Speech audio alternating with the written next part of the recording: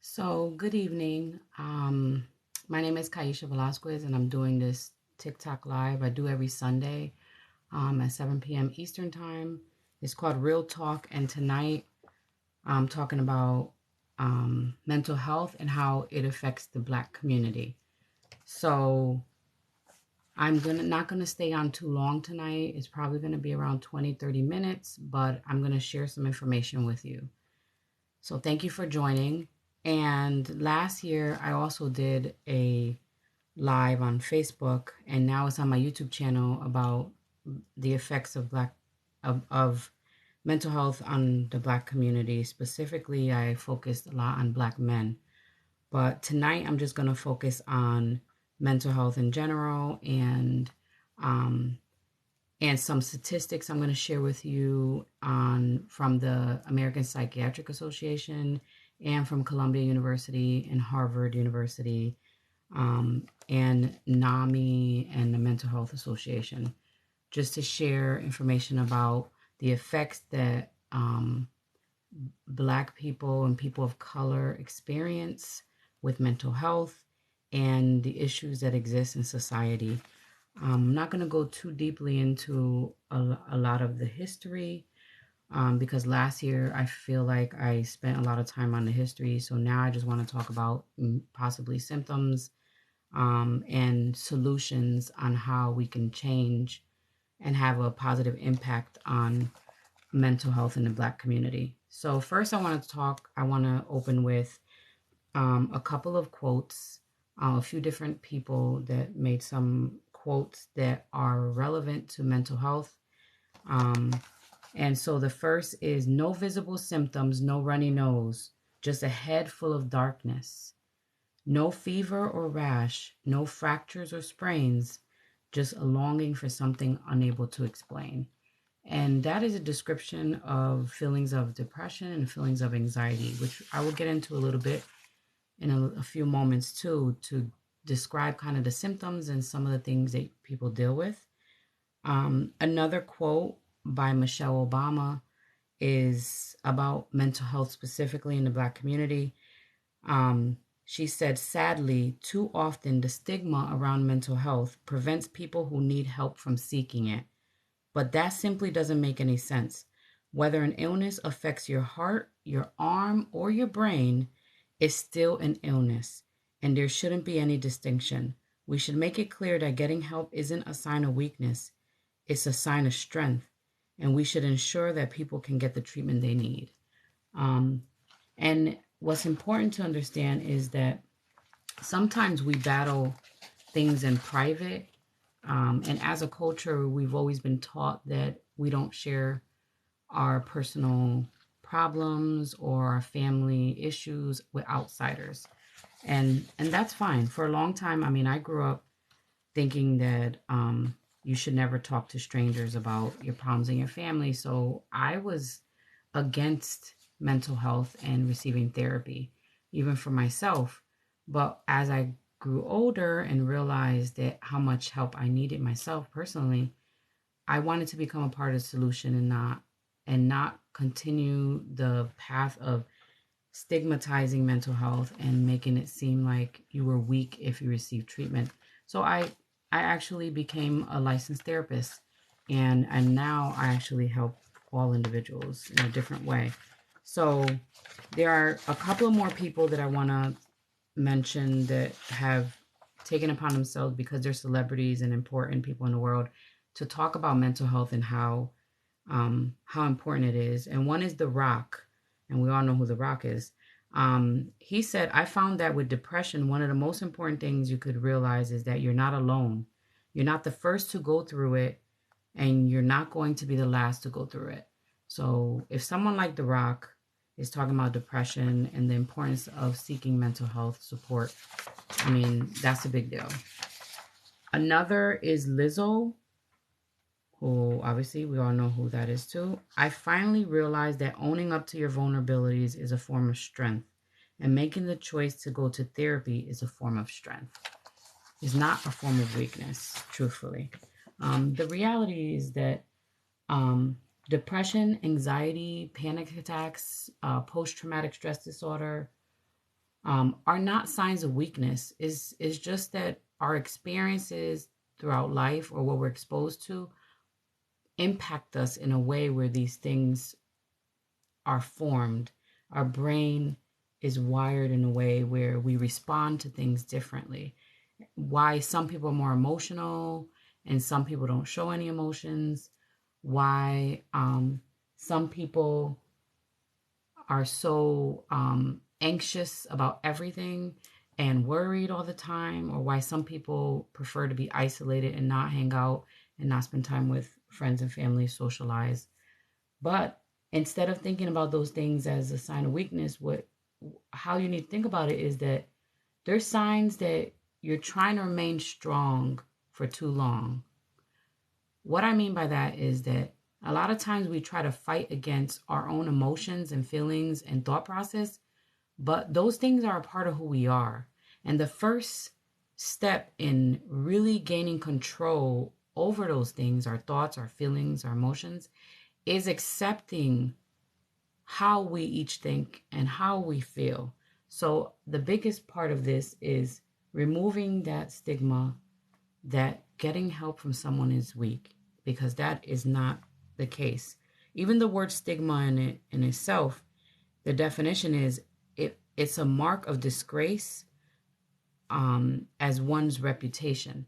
So if it's tied to reputation, that's how we change and help the Black community specifically destigmatize mental health in a way where we change the reputation of mental health so it doesn't stay tied to weakness, or it doesn't stay tied to there's something you're crazy or there's something wrong with you.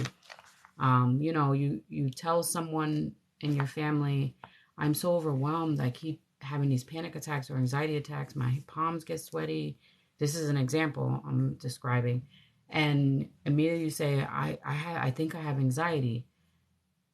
A family member's response in our community is, no, you're just stressed out. You'll be okay. Just move on. Get past it. Ignore it. Don't worry about it. The problem is that that's not the truth. The truth is that just ignoring anxiety is not going to make it go away. You can't ignore something that is still going to stay existing. All you're doing is suppressing it. And when you suppress things, eventually you suppress too many things, it boils over, which is why people then become irritable, angry, and respond to things sometimes like you're like, wow, you over exaggerated on how you responded. But the reality is they were holding in so much that it finally all came out. So in saying that, I want to share with you and thank you for joining again, share with you some information about the true effects. So some data exists that say there's roughly 37 million people who identify themselves as Black or African American in the United States. That's only in the United States.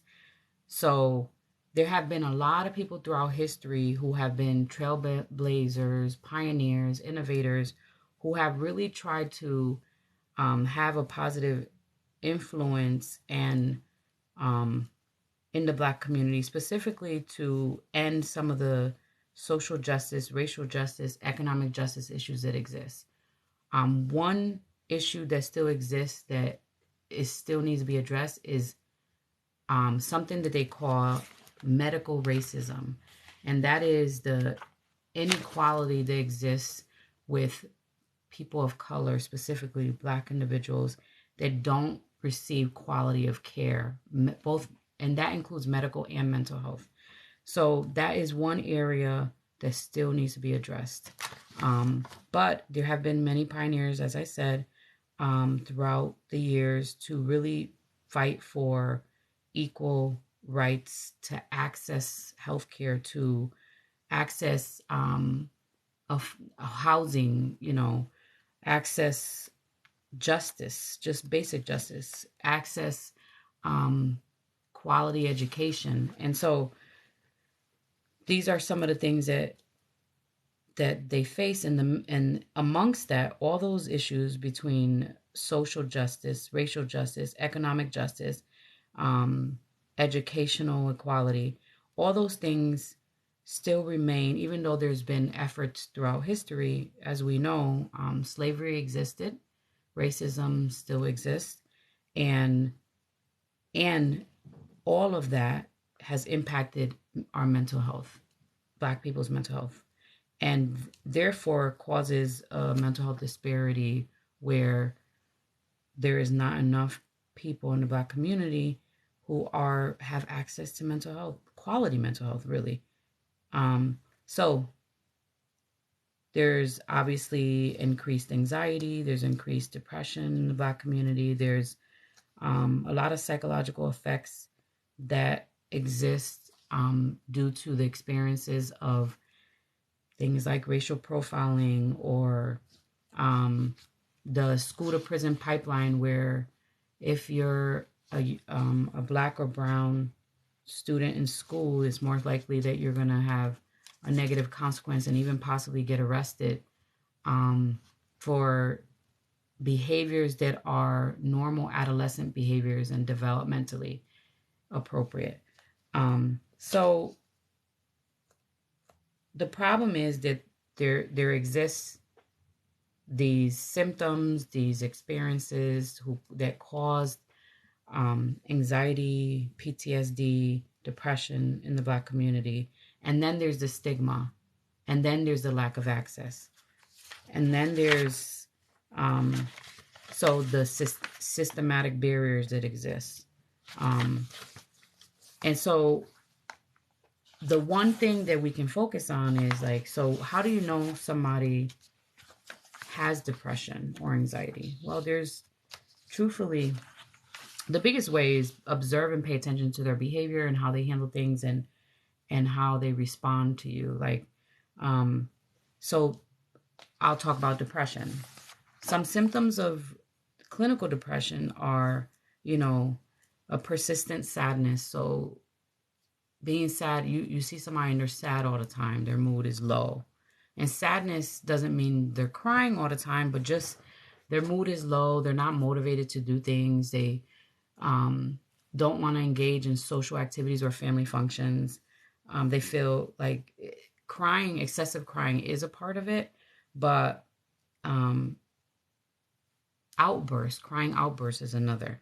Reduced appetite if you're having Sunday dinner with your family, because that's a big thing in Black communities, and a person doesn't eat every week hardly, or you see they're losing weight, or the opposite, they've increased in their overeating, because there's something called emotional eating. So if you're anxious or depressed, you can eat to try to make yourself feel better. It's just a coping mechanism that people use.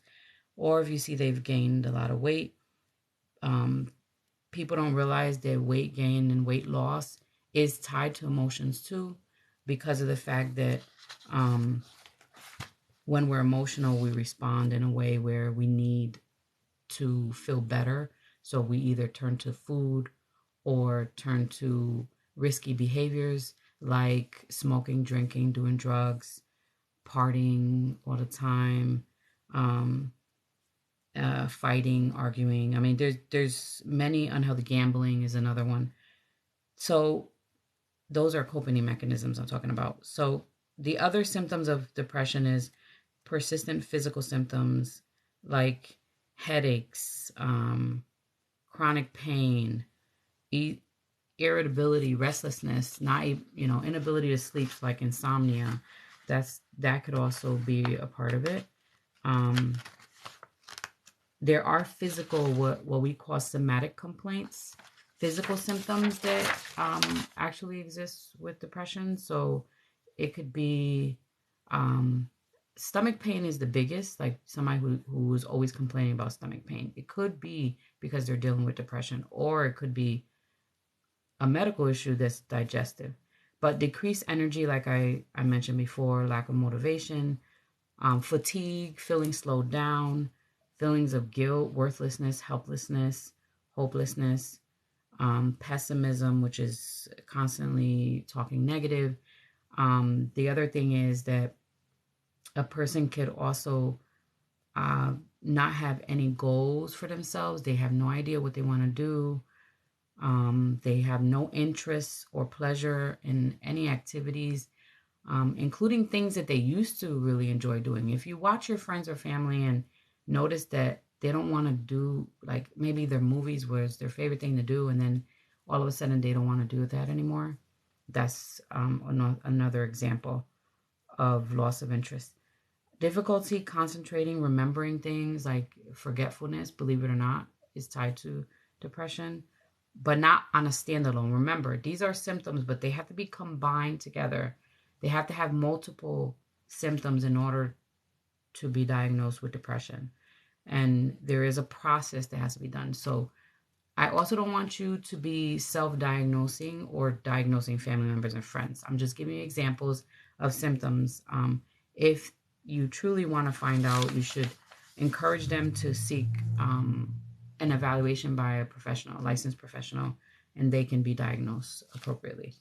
And of course, thoughts of death and suicide or harming yourself. So that's the other thing is, and harming yourself is also tied to unhealthy coping mechanisms that I talked about earlier, like risky behaviors. So a form of self-harming could be like getting drunk every day, even on a Tuesday. So that's some of the things you can notice with a family member or a loved one when it comes to symptoms of depression. Anxiety is easier to detect, truthfully. You know if somebody is anxious, highly stressed, overwhelmed. They can't stay still, they're fidgety, some physically their hands could shake, their palms get sweaty, stomach could also hurt. They could also get headaches. You get what's called stress headaches. So you want to pay attention to that. But these are just examples. I'm just giving you a quick synopsis of anxiety and depression, because there are, so if you are Black or African American, and some people prefer to be called Black or some African American, but there is a lot of stigma that comes with mental health. And so there's one study that showed 63% of Black people believe that a mental health condition is a sign of personal weakness. 63%. And this is based off of research done in the United States, according to the Health and Human Service Office of Minority Health. So 63% of people in the Black community believe that it's a sign of weakness. And we wonder why it's still a stigma. And everyone, it's not just this community, but I'm talking about this community tonight. There is a stigma with mental health across the board. But so stigma is the number one barrier for the Black community seeking treatment. Now, that's the one area I'm going to talk about solutions today. How do we remove that barrier and actually become more engaged in mental health when needed? And so a part of the process is what I'm doing today, talking about this live, and other people, because there's a lot of people on TikTok who actually do address some of these things. And this is a part of how you destigmatize mental health, is making it a normal conversation where we're talking about real things, real life issues. Like, if you grew up in any inner city in the United States, that's, one inner city is like New Haven, Connecticut, or, there's Detroit, Michigan. So it's more likely if you grew up in an inner city in the Black community, is more likely that you would be exposed to some type of traumatic experience. So it's a higher rate of having PTSD, even if some of those experiences have become normalized, because unfortunately, when certain things happen over and over and over and over and over, it becomes normal. And we want to also denormalize violence and unhealthy behaviors in the community. Not just like trauma should not be normal, but there's a higher, at least 90% of individuals, if not more, that are exposed to traumatic experiences if you grow up in any inner city in the United States. And that's based off of research and based off of what I actually have witnessed and experienced on a personal level, um, working in the community and with Black communities specifically, and me, my own personal life.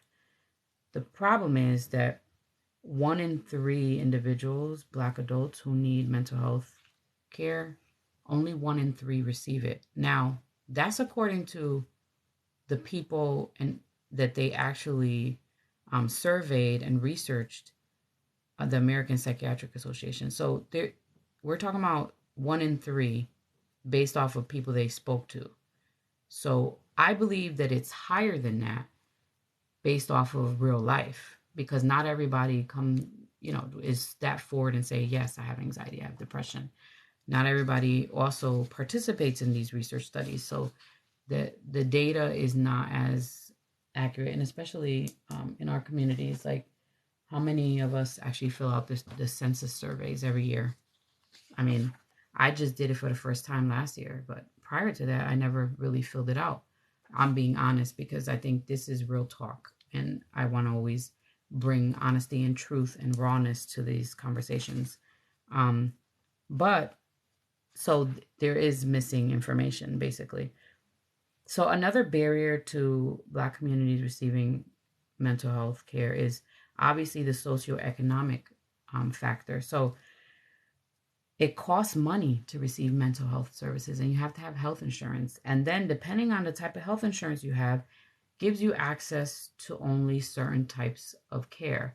So, like, you may have private insurance. If you have private insurance, it is more likely you're going to receive access to quality mental health care than if you have state insurance based off of your income, which is considered um, free healthcare, but it comes with a price. So I don't know how free it is, because the reality is that you're limited to the amount of care you can access and what type of doctors you can access. Some doctors and therapists do not take state insurance, and so state health insurance, and so that starts separating quality of care, and that is a problem. So one of the reasons why I started doing these lives is because I want to really bring to light, and educate um, people on different facets and parts of mental health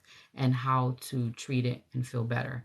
And and the other reason why is because I started my own practice, is going on 3 years, and because I wanted to have a private practice where I provided mental health services to all individuals, not just private insurance, but all socioeconomic classes, including people that may not have any insurance, or even immigrants who are not here, are not residents, so they don't have access to health care here.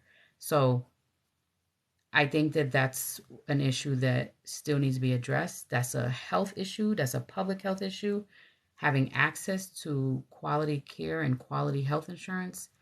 Um, so, I mean, in 2018, this data shows that 11.5% of Black adults in the US still had no form of health insurance. So, I mean, that's 11.5% of individuals, and we're talking 11.5% of 37 million. So that's not 11.5% of 100,000, it's of 37 million, which is a lot of people who still did not have health insurance in 2018. Now, a lot has changed throughout the years, depending on who was president and what type of health insurance policies they put in place. Like, Obama brought in access healthcare. Trump came and changed it some. Biden came and changed it some again. And so we really don't know the true impact of all those changes unless you're actually going through it yourself. And it did impact the access of quality care to Black communities. So that is a bigger issue that we have to keep fighting.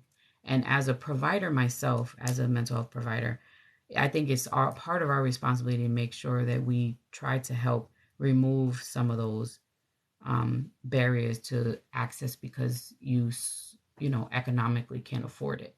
Because even so, there's people who have private insurance, but you have private insurance because either your job gives it to you or you pay for it yourself, and they still have a big deductible and a big copay. So they still may not be able to afford to get access to quality mental health services too, which is a problem.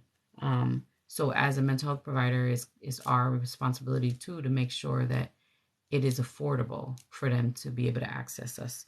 And so that's a continued issue across the board, not just probably in the United States, probably in other countries too. Um, the third barrier to access to mental health care is provider bias. Um, so what does that mean? It means that there is historically there's been negative effect by prejudice and discrimination in the healthcare system. So, for instance, an example of that would be um, not not being able to have a mental health provider who actually understands your culture and can be culturally responsive and culturally inclusive in the treatment. So that's a problem. So what does that cause? That causes either misdiagnosis of your mental health or overdiagnosis. How many times somebody gets diagnosed with like 5 different diagnoses and truthfully is only one. I'll give you an example. A lot of times, people are diagnosed with, oh, well, you have anxiety, you have depression, you have bipolar, you have borderline personality. And I said, how is it possible for a person to have all those things? So whenever I start with a new patient, I always make sure I evaluate from the beginning. Like I don't take any diagnosis that was previously given to them. I determine what's really going on with that patient.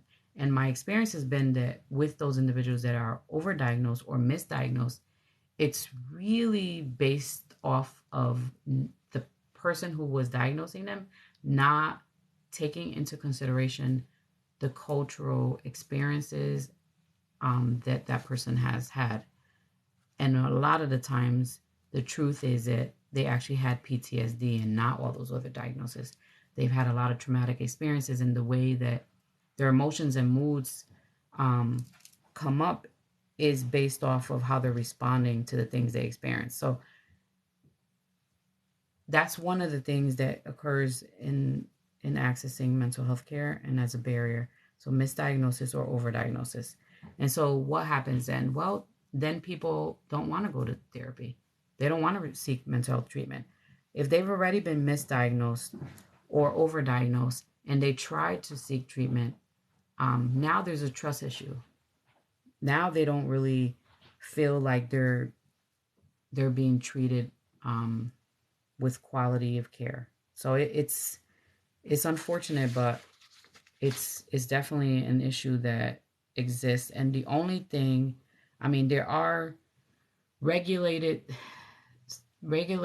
laws and principles that actually guide us. So as a mental health provider, either in the state that we live in or work in, or the federal government requires that we have every year we engage in new trainings and receive certain certifications in certain amount of hours. So they're called CEUs. And every year, no matter what type of license the mental health provider has or the doctor, they have to engage in these learnings and trainings every year. And a part of that is there's a set number of hours that we have to take on cultural inclusion and being culturally responsive. So as the federal government and certain states have now included that as mandatory. So then we can make sure that we respond and provide quality of care to all people. Now, how effective is that? I mean, the number of hours we have to do is very small. And if you're not experienced, you can get trained. You can read a book. You can do that on your own. But if you're not putting into practice those things that you actually learn, then you're not going to provide quality of care to Black communities. So as a mental health provider, it is our responsibility, again, not to just make sure that economic factors don't remain barriers to receiving treatment, but also that we're not biased. And all of us, no matter who we are, we have our own personal biases. We do. We have our own personal opinions of things. Is all based on how we grew up, what we were taught by our parents and our families, and what we learned in our home environments, our community environments, and the people we're around, and then our experiences on top of that. So, a lot of times people have negative experiences, and then from there, they actually continue to create these prejudices and bias towards either individuals or groups or whatever is tied to that experience. Um, so we have to make sure as individuals, I mean, it's normal human behavior for us to create bias and prejudice. It's how we deal with things. But what's not normal is that we allow it to impact how we engage with others. Like how I treat you shouldn't be based off of my bias and prejudice. It should be based off of my engagement and interaction with you. So we have to, but as a professional, we have to check that even more. So we have to make sure that we don't allow any of our biases and prejudice to impact the way we treat people in the mental health if they're seeking mental health treatment, especially those in Black community, because they actually have so many things working against them, specifically post-slavery, and so that's the third barrier. Now, what are some solutions? Because I want to jump into solutions really quick. So there's a main three barriers. So again, they are socioeconomic factors. So, not having the money and finances to be able to access health care or health insurance, mental health services. The second is the stigma that comes and the negative attitude that comes with mental health. And then the third is provider bias. So as a professional, not being able to provide quality, culturally competent services. So the two things that you can do as a solution to remove this, is for the provider bias.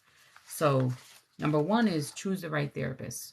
Why is that important? Well, because truthfully, and that's for anybody, like if you choose the wrong therapist, then it might leave a bad taste in your mouth, and you just forget mental health. I don't want to deal with it. I'll just deal with this on my own. So how do you choose the right therapist? Well, it's not as easy as it seems, truthfully. But you know how you go to, if you haven't gone to a therapy session, what happens is the first session is usually the session where the therapist is getting information from you to understand and what's going on and how they could be helpful to you.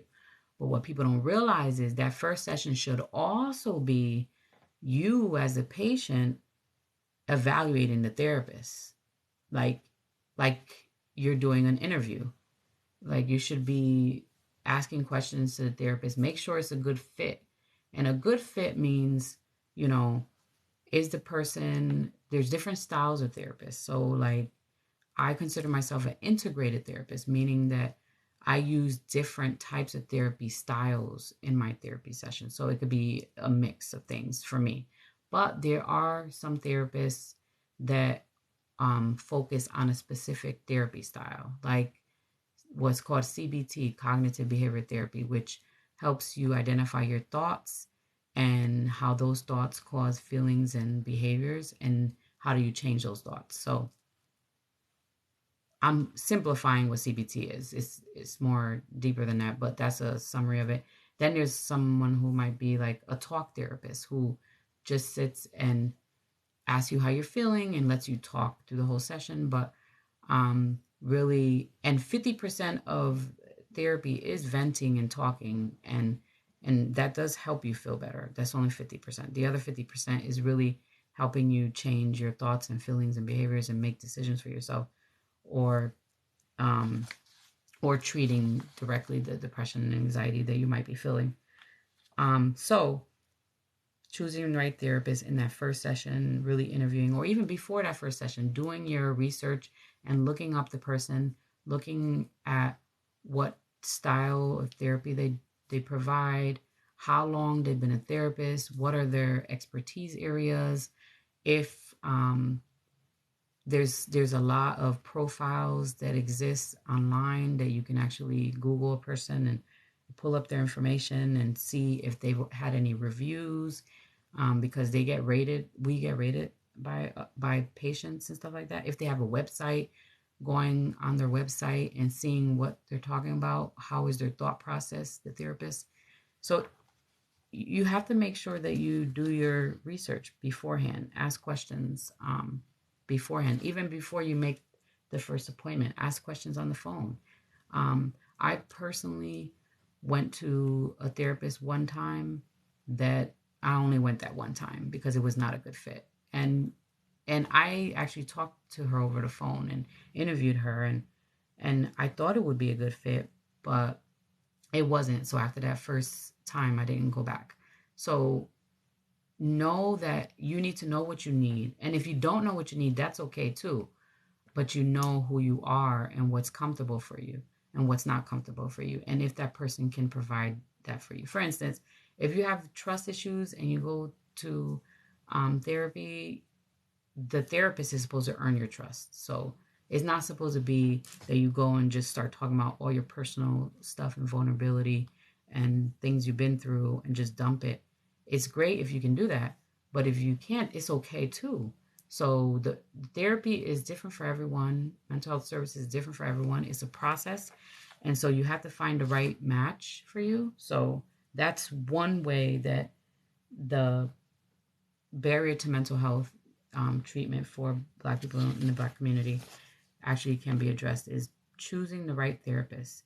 And there are a lot of us out here, therapists of color, who are experienced and who are willing to work through some of those other barriers. Okay.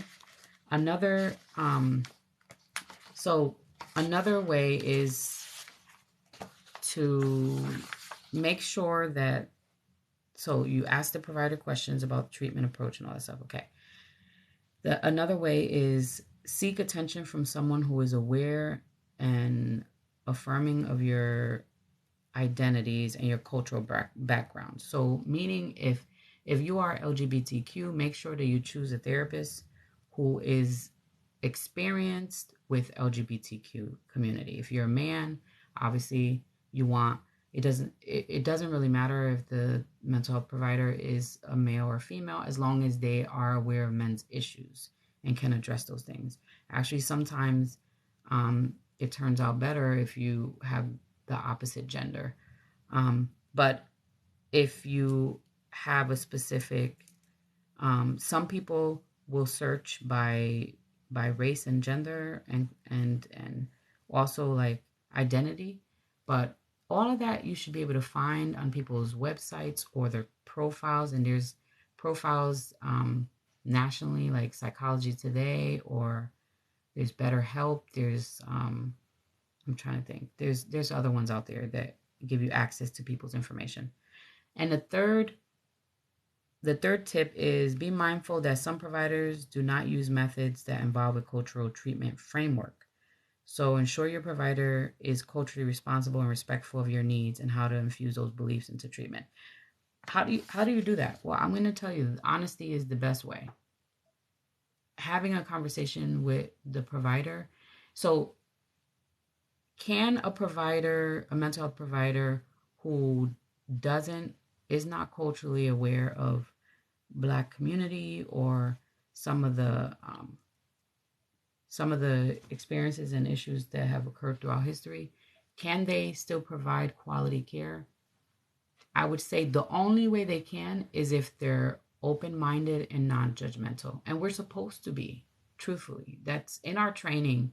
Even when we get licensed and have to take the state exams, they really harp on us really being culturally responsive, culturally inclusive, and checking our biases and our prejudice. And on top of that, being open-minded and non-judgmental. Our role as a mental health provider is to be helpful, not to be critical, not to be judgmental, and it's not to give our opinion or our what we think you should do.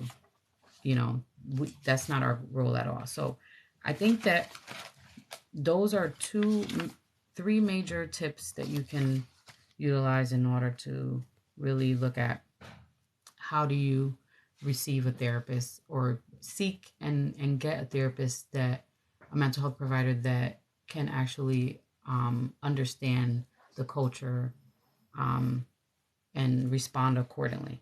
So the other strategy in order to remove the stigma that is associated with mental health is that to change attitudes. So one way is by talking about it. Like I'm doing this live right now, and talk with your friends about it, and family members. Now, so a lot of times family really shuns and the conversation of mental health, or but the reality, it does need to be talked about, because ignoring it doesn't make it go away, like I said.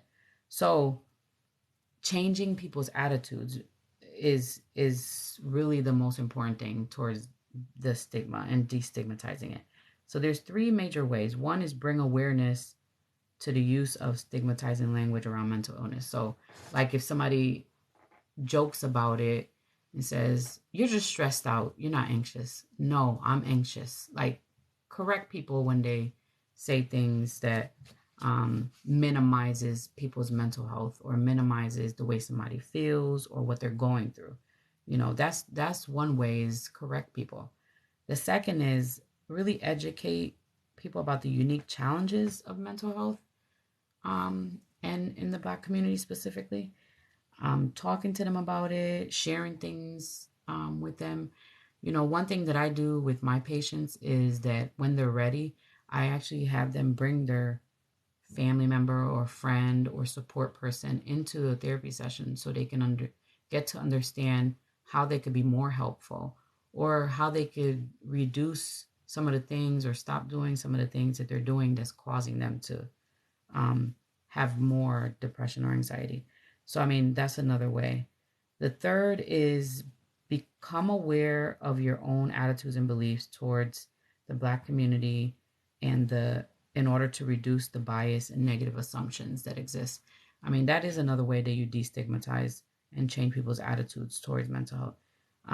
Because if people in the Black community continue to think about mental health as a weakness, then they will not seek help. And then this is not, the negative assumptions continue. And that's one of the negative assumptions, is that seeking mental health services makes you weak, and that's not the truth. So bring to light the truth about mental health and treatment, and then maybe we could reduce some of these numbers, because this is really bad that help does exist, but people are not seeking it like they should. So hopefully this was helpful. I apologize if I was a little bit all over the place. I'm not feeling too good today, but to end, I would like to say that mental health is necessary for anyone who needs it. And you can access it, and I do believe you can access quality care. You just have to demand it and make sure that you get the right person. For instance, you go to a regular doctor for yourself. So let's say you go to a regular doctor for, you're having chest pain, and the regular doctor says, "Oh, well, I checked everything. Your blood pressure's fine. You're fine. Just, don't be so stressed." Are you going to accept what that doctor's saying, or are you going to push, "No, there's something wrong with me, doctor"? Sometimes you have to take control of your own health, whether it's physical, medical, or mental health, and demand that you receive the specific type of care. And that's one thing that I would push you guys to strive to actually get. To end this, I would like to share two quotes. One is by Audre Lorde, and what he said was, "Caring for myself is not self-indulgence. It is self-preservation, and that is an act of political warfare." And the last quote is by Michelle Obama again, because I started with her. I want to end with her. We would never tell someone with a broken leg that they should stop wallowing and get it together. We shouldn't treat mental health conditions any differently. So if somebody needs help, it's okay, they need help. So one thing you can do is be supportive to that person and encourage them to seek help. So hopefully this was helpful to you, and I will see you next week for another Real Talk live on TikTok next Sunday at 7 p.m. Or if you have a moment tomorrow morning at 8 a.m., I'm doing Coffee with a Message.